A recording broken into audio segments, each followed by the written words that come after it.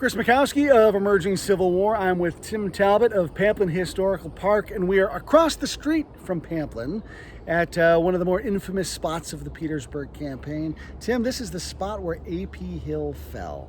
What happened? So Hill is going to be at his headquarters on the morning of April 2nd when all of the noise and confusion from the 9th Corps attacking reaches him, and then he hears about his lines being broken. Of course, he's in charge of two of the divisions that are down here manning this line where Pamplin Park is today.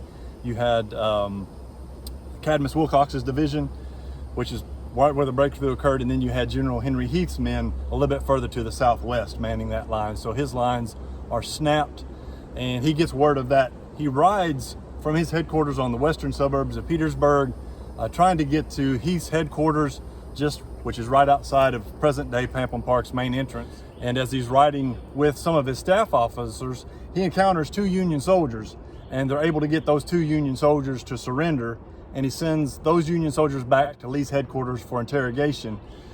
He rides on with one of his staff officers, and they encounter two more Union soldiers who had broken through, had made their way to the South Side Railroad, had torn up a couple of rails, and then were heading back to their main part of their line to make that sweep to Hatcher's Run.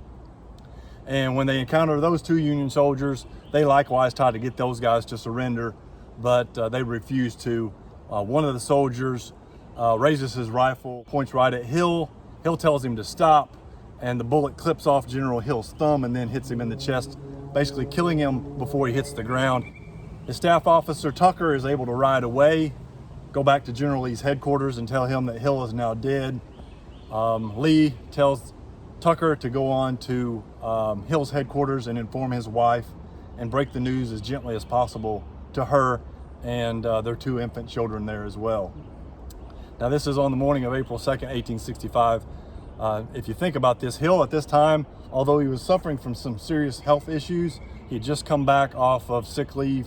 One more sick leave. Yeah, a couple of days before the breakthrough, and if he could have just made it one more week to Appomattox, received a parole, gone back home, and although he did have those health issues, he probably lived a much longer life. But that's one of the terrible things of war. You just never know when your fate might be called.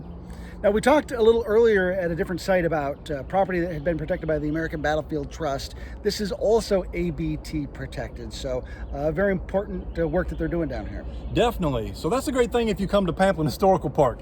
Not only can you come to the park, but give yourself, maybe if you have the opportunity, a couple of days in the area, because there's so much great things to see, like the A.P. Hill death spot, but also go down to Hatcher's Run, which is property owned by the American Battlefield Trust. Go out to Reams Station, which is property owned by the American Battlefield Trust. So there's so much, if you just do a little bit of research so you can sort of understand what's going on at each of those locations, all that's within short drives here. White Oak Road, property owned by the American Battlefield Trust. All that is right here around Pamplin Park. So come to the park definitely, but spend a little extra time and go and see some of the other sites in the area. Yeah, Pamplin's a great place to get oriented for all those other spots, so a good launching off point. Before we wrap up, just one last final word for Pamplin. If folks want to find out more, website they can go to? Sure, please do. Go to Pamplin Historical Park website, which is www.pamplinpark.org. And we also welcome you to join our Facebook community. So go onto Facebook and look for Pamplin Historical Park and like us and sort of keep up to date with what we're doing. Tim, I have had a great time being out here with you today. It's been a real privilege. Thanks so much for having us. Oh, thank you so much for helping us spread what we do here. Really appreciate the Emerging Civil War community.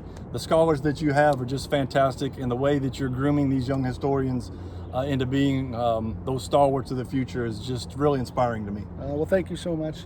Chris Mackowski for Emerging Civil War, Tim Talbott, Pamplin Historical Park. Thanks so much for joining us. We'll see you on the battlefield and online.